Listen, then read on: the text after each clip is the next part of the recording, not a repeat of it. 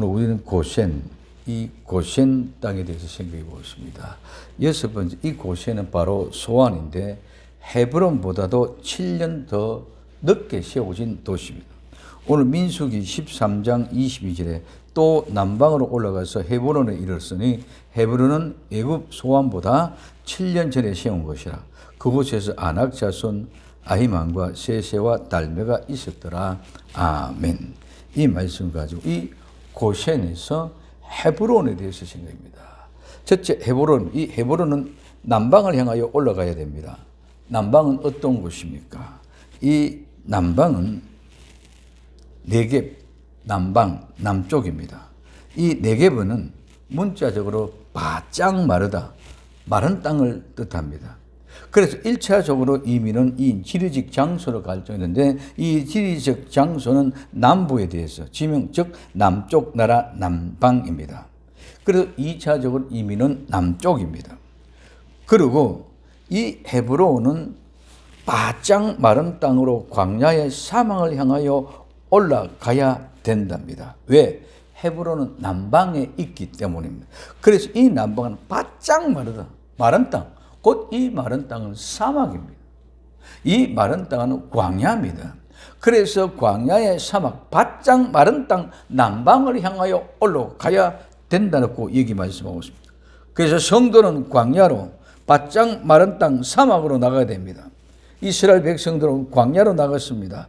광야에서만 하나님을 만날 수 있기 때문입니다. 광야에서는 오직 하나님만을 의지하지 않고는 살아갈 수 없는 곳이 광야입니다. 거기는 길도 없습니다. 거기는 양식도 없고 어디로 어떻게 가야 할지 알 수 없는 것이고 무엇을 먹고 어떻게 찾아야 될지도 알 수 없고 도무지 모든 것을 알 수 없는 것이 바로 광야입니다. 이 세상에 사람의 방법으로는 아무것도 할 수 없는 것입니다. 그래서 여기서 떠나 광야로 올라가야 헤브론이 찾는다. 그러므로 오늘 이 광야에 사막에 하나님이 세우신 참된 교회가 숨겨져 있다는 사실을 꼭 발견할 수 있기를 바랍니다. 그 사막, 그 광야, 바짝 마른 땅 불모지에 바짝 말라있는 그 사막, 그곳에 하나님이 숨겨놓은 목초지, 오아시스가 있다는 것입니다. 그래서 반드시 이 사막으로 광야로 나가야, 남방으로 가야 오아시스 목초지를 발견할 수 있는 것. 이거는 이 세상 사람들이 세울 수 있는 그런 목초지가 아닙니다. 이 세상 사람들이 만든 그런 오아시스가 아닙니다. 세상에서 만들어진 그런 곳이 아니라 그 광야 사막에 누구도 갈 수 없는 그곳에 하나님이 아름다운 목초지, 오아시스로 만들어 놓고 숨겨놓고 기다리는 곳입니다. 그래서 우리는 광야로 나가면서는 이 오아시스로 인도하시는 하나님을 믿고 나아가는 곳이 바로 어디다? 헤브론입니다. 헤브론은 남방을 향하여 남쪽으로 바짝 마른 땅 광야 사막을 향하여 나아갈 때에 하나님이 우리를 인도해 주시는 그곳이다 하는 곳으로 가는 것이 헤브론입니다. 그래서 이스라엘 백성들은 광야에 40년의 길을 들어서 광야에 지나가지고 가나안 땅에 들어갔습니다. 예수님은 광야에서 40일 금식함으로 말미암아 이제 공생의 사역을 시작했습니다. 성도는 특별히 마지막 때에 광야로 도망을 가야 됩니다. 오늘 요한계시록 12장 6절에 광야로 도망하며 하나님이 1260일 동안 저를 양육하기 위하여 예비하신 곳이 있더라 하고 말씀하고 있습니다. 그 광야에 가는 길, 너무도 어렵고 힘들고 우리는 갈 수 없는 그 길이기 때문에 하나님이 광야에 반석을 쳐서 물을 내주셨고 돌을 쳐서 물을 내주셨고 하늘로부터 아름다운 양식의 만나를 내려서 먹게 해주셨습니다. 이거는 우리의 인간의 방법, 사람의 방법으로 절대로 할 수 없는 것. 어떻게 광야의 사막에서 물을 낼 수 있습니까? 어떻게 하늘에서 만나로 양식을 내릴 수 있습니까? 우리는 상상도 할 수 없는 그 모든 일들이 하나님이 광야에서 그렇게 예비해 놓고 우리를 인도하시는 분인 줄 믿으시길 바랍니다. 그래서 그 광야를 지나가는 곳이 어디다? 헤브론이다. 그래서 남방을 올라가서 이 올라간다는 뭐 올라가다, 올라간다, 오르다 여기서 떠난다는 말. 오늘 그러면 오늘 우리는 여기서 즉 남방을 광야를 떠나서 지금 현재 이집트에 있는 이 곳에서 가데스 바네아에서 떠나서 어디로 가야 된다? 남방을 향하여 헤브론으로 가야 된다. 오늘 우리는 이곳을 떠나야 갈 수 있는 줄 믿으시기를 바랍니다. 그래서 오늘 여기서 떠나다 올라간다는 의미가 바로 올라가서 두 번째, 그러면 헤브론은 어떤 곳입니까? 이름의 의미입니다. 이 헤브론은 지명인데 연합. 이 헤브론은 묵다, 매다, 결합하다, 모으다, 연합하다, 교제하다, 구속하다, 매혹하다, 황홀하게 하다. 세 번째, 줄로 표시하다, 얼룩덜룩하다, 얼룩무늬로 새겨지다 해서 유래하여 연합, 동맹 또는 마법사를 의미합니다. 그러면 세 번째, 헤브론의 의미는 무엇입니까? 헤브론의 분명한 의미는 구약의 중심지는 헤브론입니다. 그리고 예루살렘입니다. 이 헤브론은 아브라함 때부터 다윗 때까지 이 헤브론의 역사가 시작되고 가장 중요한 도시가 바로 헤브론이었습니다. 그리고 다윗 이후에 지금까지 예루살렘을 얘기해 주고 있습니다. 그래서 이 헤브론은 아브라함으로부터 시작된 아주 중요한 도시, 즉 우리 믿음의 조상과 함께 시작되는 헤브론입니다. 그래서 이 도시의 이름은 묵다, 매다, 결합하다, 연합하다, 교제하다는 이름의 뜻으로 이스라엘의 공동체는 하나로 묶어진 공동체. 그래서 구속하여 특별한 은혜로 말미암아 매혹되고 황홀한 곳. 이곳이 줄로 표시돼서 얼룩덜룩하게 묶어져 얼룩덜룩 무늬로 새겨져 있는 공동체. 이곳이 곧바로 이스라엘의 공동체이며 야곱의 양떼들의 공동체인 모습입니다. 오늘 창세기 30장 32절에 오늘 내가 외삼촌의 양떼로 두루 다니며 그 양 중에 아롱진 자와 점 있는 자와 검은 자를 가리내어 염소 중에 점 있는 자와 아롱진 자를 가리어 내기니 이 같은 것이 나면 내 삭시 되리라. 그래서 그 뒤에 창세기 30장 37절에서 40절까지 이렇게 말하고 있습니다. 야곱이 버드나무와 살구나무와 신풍나무의 푸른 가지를 취하여 그들의 껍질을 벗기고 흰 무늬를 내고 그 껍질 벗긴 가지를 양떼가 와서 먹는 개천의 물구유에 세워서 양떼에게 향하게 하며 그 떼가 물을 먹어 올 때에 새끼를 베니 가지 앞에서 새끼를 베므로 얼룩얼룩한 것과 점이 있고 아롱진 것을 낳은지라. 야곱이 새끼 양을 구분하고 그 얼룩무늬와 거밋빛 있는 것으로 라반의 양과 서로 대하게 하여 자기 양을 따로 두어 라반의 양과 섞이지 않게 하며 하고 말씀하고 있습니다. 헤브론은 특별한 공동체입니다. 이스라엘이 헤브론의 공동체는 야곱의 양의 공동체입니다. 이스라엘은 하나님의 특별한 공동체입니다. 구속을 받아 정말 황홀하게 매료되고 매혹될 수밖에 없는 아름다운 공동체로 특별히 구분된 공동체입니다. 이 연합된 공동체는 스스로 만들어진 것이 아니라 하나님에 의해서, 즉 이 공동체는 만들어진, 즉 마법사가 만들어낸 공동체, 즉 성령님이 만들어낸 이 공동체가 곧 바로 헤브론이라는 사실을 우리에게 얘기해 주고 있습니다. 오늘 하나님의 유업을 이을 자, 즉 공동체로 하나님의 택함을 받은, 즉 제비 뽑힌 공동체입니다. 이 공동체는 오늘 바로 성도의 몸인 바로 교회의 공동체입니다. 이 교회는 모두가 하나로 연합되어 묶어져 있어야 됩니다. 구속받은 황홀감에 매혹되어 감사가 저절로 넘쳐나야 됩니다. 황홀감에 매료돼서 항상 기뻐하며 모든 일에 감사하며 쉬지 않고 기도하는 하나님의 뜻을 이루어가는 그런 교회 공동체가 되어져야 됩니다. 이는 분명하고 확실한 표가 있어야 됩니다. 예수님의 십자가의 보혈로 죄의 용서를 받은 표요, 세상과 다른 아롱진 것, 검고 얼룩덜룩하고 분명하고 확실한 표가 있어야 됩니다.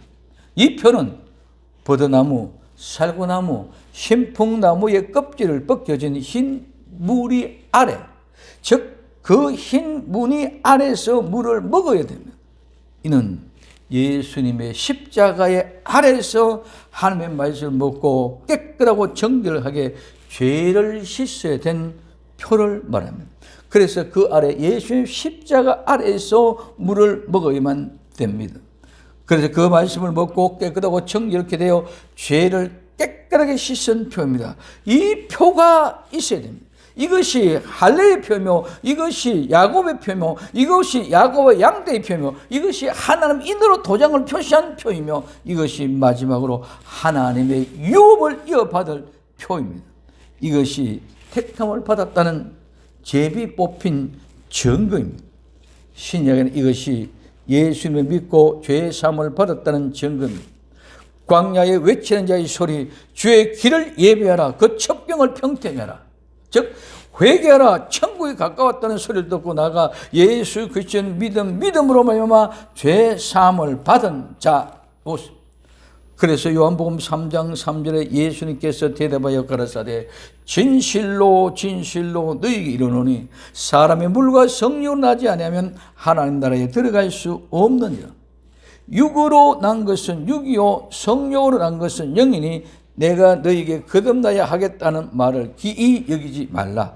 바람이 임의로 불매 내가 그 소리를 들어도 어디서 오며 어디로 가는지 알지 못하나니 성령으로 난 사람 다 이러하니라. 성령의 역사는 바람과 같이 어디로 가서 어디로 가는지 모르지만은 다 이와 같은 하나님의 역사. 그래서 우리는 진실로 진실로 아멘 아멘 내가 내게 이르노니 사람 남이 거듭나지 아니하면 절대로 하나님 나라를 볼 수 없다. 물과 성령으로 거듭나지 않으면 하나님 나라에 들어갈 수가 없다. 육으로 난 것은 육이요 성령으로 난 것은 영이다. 내가 거듭나야 하겠다는 말을 기히 여기지 말라. 이상하게 여기지 말라는 것입니다.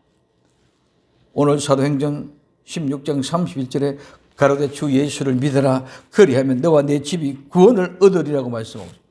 오늘 우리는 정말 예수 그리스도 앞에 그 십자가 아래서 하나님의 말씀을 먹으로 내 심령의 죄와 허물이 깨끗하고 영수하게 되어져 하얀 벗겨진 나무와 같이 껍질이 벗겨짐과 같이 깨끗하고 정결케 되어질 때에 우리는 구원을 받을 수 있는 그 역사가 일어나게 됩니다.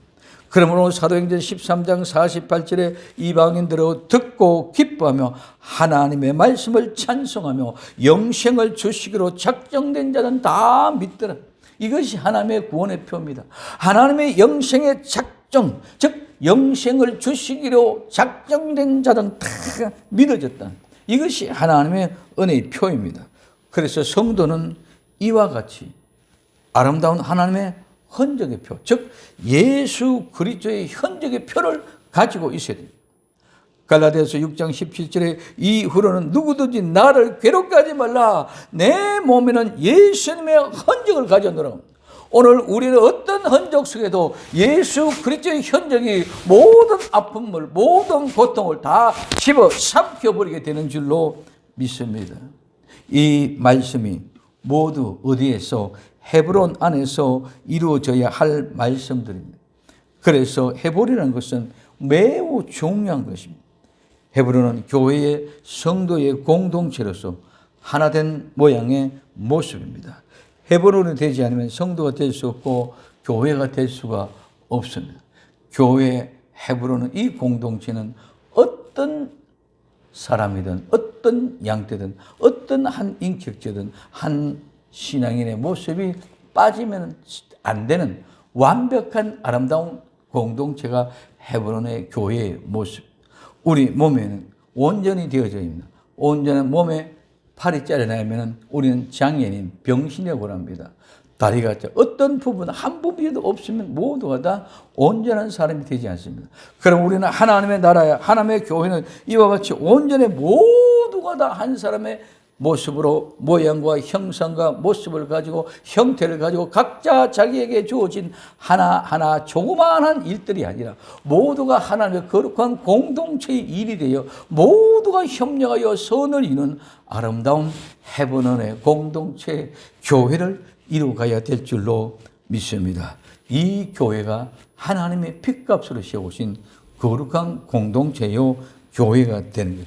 이것이 바로 헤브론 오늘 우리는 남방을 향하여 광야로 나가 정말 사막으로 나가 정말 바짝 메마른 땅을 나가 우리는 하나님이 발견한 그 헤브론의 목초지 오아시스를 발견하고 그곳에서 안식을 누리는 복된 성도들이 다 될 수 있기를 예수님의 이름으로 부탁을 드립니다. 두 번째는 소환입니다. 이 소환은 이주하다, 유목민들이 나아가다라는 말에서 유래되어서 출발지를 의미합니다. 소안은 이집트의 한 도시입니다. 나일강 삼각주의 동북부에 위치하여서 한때는 이집트의 수도였을 것입니다. 소안은 하나님의 진노의 대상이었고 하나님 이곳에서 기적을 행하셨습니다. 이스라엘 선지자들은 예언하는 이곳에서 자주 언급됩니다. 이 성읍은 이집트에서 계속적으로 중요한 하나의 도시였다는 것을 우리는 알 수 있습니다. 그러나 헤브론보다도 그 소원은 7년 후에 세워진 곳인데 곧 그 소원이 바로 고센입니다. 고센은 목초지였기 때문에 이스라엘 백성들에게서는 아주 좋은 목초지 오아시스와 같은 곳이었지만 이집트 사람들에게는 늪지였기 때문에 아무 필요 없는 땅이었죠. 그래서 소안의 이름은 그 이름 그대로 출발지입니다.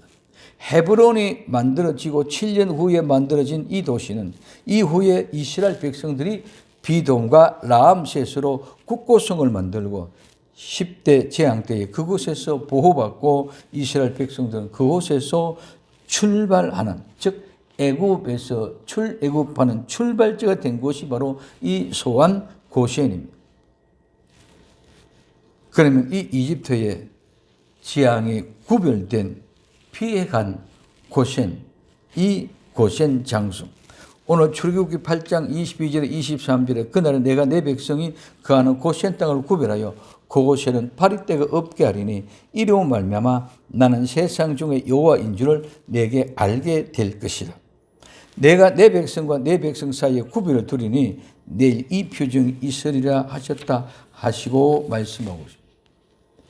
10대 재앙 중에 네 번째 재앙부터는 고센 땅과 이스라엘 땅과는 확실히 구분됩니다. 이유는 나는 하나님은 세상에 하나님이 여호와인 줄 알게 하시기 위함이라고 말씀하고 있습니다. 그리고 하나님의 백성과 애굽의 바로의 백성을 구분하기 위한 표정을 보여주기 위함이라고 말씀하고 있습니다. 그래서 넷째 재앙 때 파리떼로부터 구분되어졌습니다. 다섯째, 악질, 온영의 재앙에서 구분되어졌습니다. 출애굽기 9장 4절에서 6절까지 여호와가 이스라엘의 생축과 애굽의 생축을 구별하리니 이스라엘 자손에 속한 것은 하나도 죽지 아니하리라 하셨다 하시고 여호와께서 기한을 정하여 가라사대 여호와가 내일 이 땅에서 이 일을 행하리라 하시더니 이튿날에 여호와께서 이 일을 행하시니 애굽의 모든 생축은 죽었으나 이스라엘 자손의 생축은 하나도 죽지 아니라. 정말 어마하고 엄청난 신나고 기쁜 이유 전일 아닙니까? 이집트의 모든 생축은 다 죽었는데 이스라엘 백성의 생축은 하나도 죽지 않았습니다. 여섯 번째, 독종의 재앙에서 구분되었습니다. 출애굽기 9장 9절에서 11절에 그 죄가 애굽 온 땅에 티끌이 되어 애굽 온 땅의 사람과 짐승에게 붙어서 독종이 발하니라. 그들이 풀매 죄를 가지고 바로 앞에 서서 모세가 하늘을 향하여 날리니 사람과 짐승에 붙어 독종이 발하고 술객도 독종이라 모세 앞에 서지도 못하니 독종이 술객으로부터 이집트 애굽의 모든 사람에게 봉했다. 이집트의 모든 사람들에게는 독종이 봉했지만은 이스라엘 백성들에게는 하나도 독종이 발하지를 않았습니다. 일곱째, 우박의 재앙에서 구분이 되어졌습니다. 오늘 출애굽기 9장 23절에서 26절까지 모세가 하늘을 향하여 지팡이를 들며 여호와께서 내 성과 우박을 보내시고 불을 내려 땅에 달리게 하시니라. 여호와께서 우박을 애굽 땅에 내리심에 우박이 내림과 불덩이가 우박에 섞여서 내림이 심히 맹렬하니 애굽 전국에 그 개국 이래로 그 같은 것이 없던 것이라. 우박이 애굽 온 땅에서 사람과 짐승을 물어나고 무릎 밭에 있는 것을 쳤으며 우박이 또한 밭에 모든 채소를 치시고 더러 모든 나무를 꺾으시되 이스라엘 자손이 거한 고센 땅에는 우박이 없었더라. 하나님이 택한 백성들, 이스라엘 백성들이 있는 그 고센 땅에는 우박이 없었더라. 이집트의 모든 사람들에게 독종이 발하고 이집트의 모든 백성들에게 우박이 맺지만 고센 땅에는 이스라엘 백성들에는 우상이 없었더라고 말씀하고 있습니다. 여덟 번째, 메뚜기 재앙에서 구분이 되었습니다. 오늘 출애굽기 10장 14절에서 15절에 메뚜기가 애굽 온 땅에 이르러 그 사방에 내리매 그 해가 심하니 이런 메뚜기가 전에도 없었고 후에도 없음이라. 메뚜기가 온 지면에 나름에 땅이 어둡게 되고 메뚜기가 우방에 상하지 않은 밭의 채소와 나무 열매를 다 먹음으로 애굽 전경에 나무나 밭의 채소나 푸른 것이 남지 아니하다. 맑게 메뚜기 떼가 다 갉아 먹어버렸어. 하나도 없습니다. 푸른 것이 남지 아니하게 다 먹어버려. 아홉 번째, 흑암의 재앙이 구분이 되어졌습니다.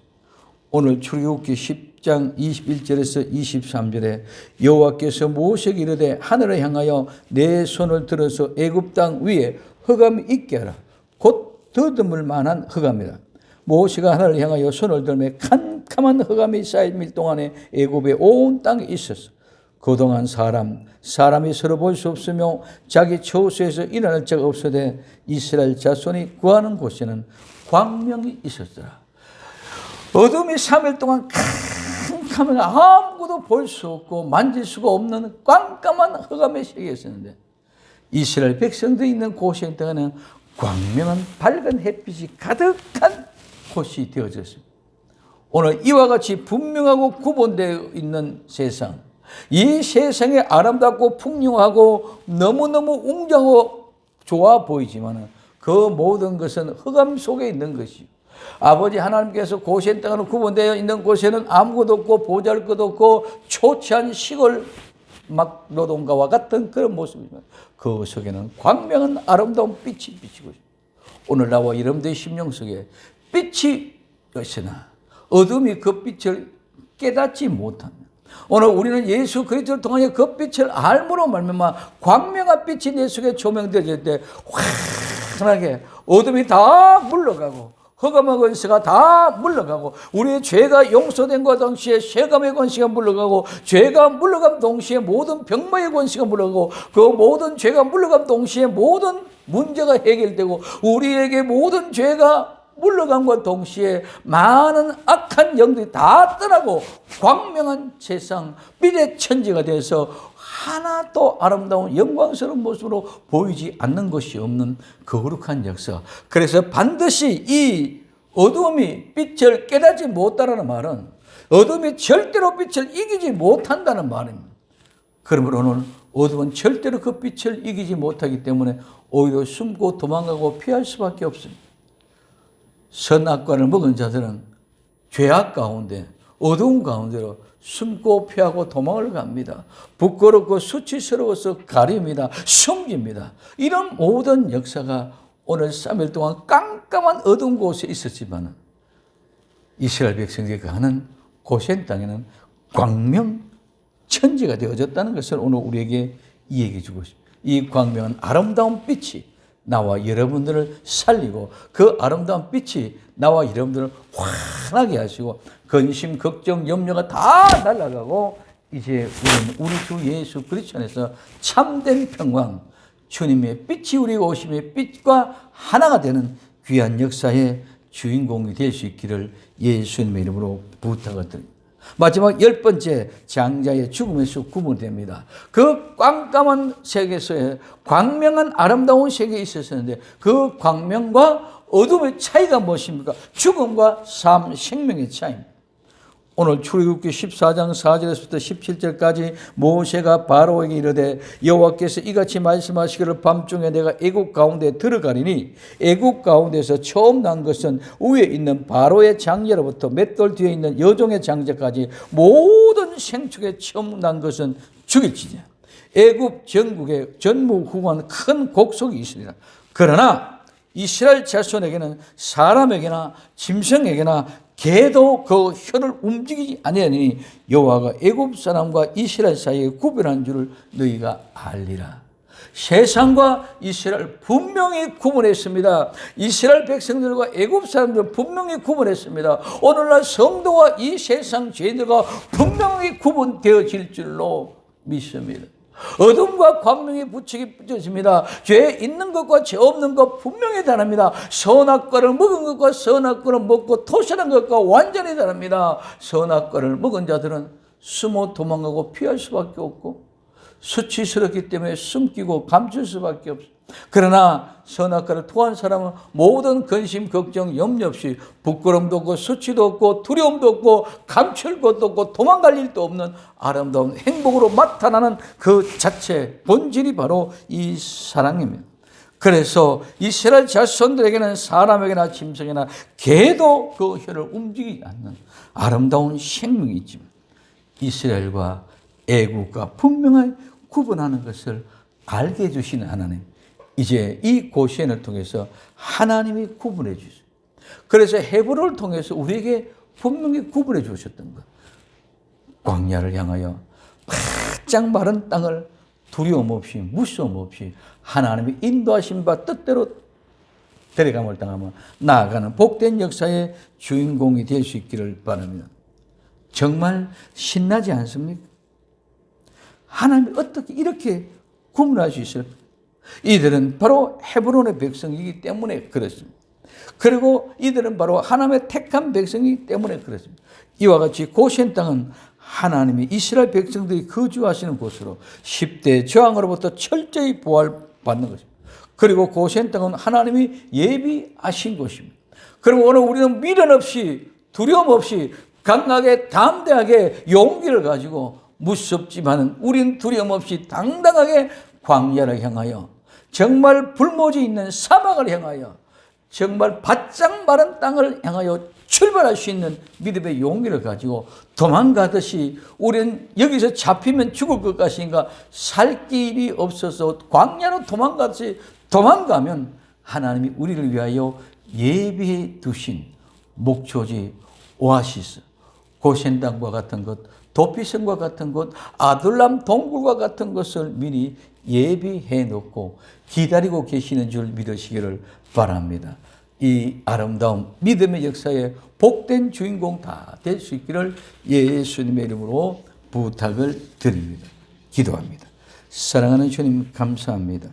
정말 주님 우리에게 헤브론을 향하는 용기를 주옵소서. 정말 그곳에서 하나님의 보호받고 하나님께서 지켜주시는 그 은혜에 예비하신 것을 데려감을 당할 수 있도록 우리는 믿음의 용기를 가지고 바짝 마른 땅, 사막, 정말 광야를 향하여 출발할 때 두려움 없이 나아갈 수 있는 결단을 허락하여 주옵소서. 세상에서 살면서 잡혀 죽을 수밖에 없기에 도망가는 곳이 그것밖에 없다는 사실을 가지고 죽든지 살든지 양당간의 결단을 향하여 달려가는 저희들이 되게 하옵소서. 다시 오실 예수님의 이름으로 기도되옵나이다. 아멘.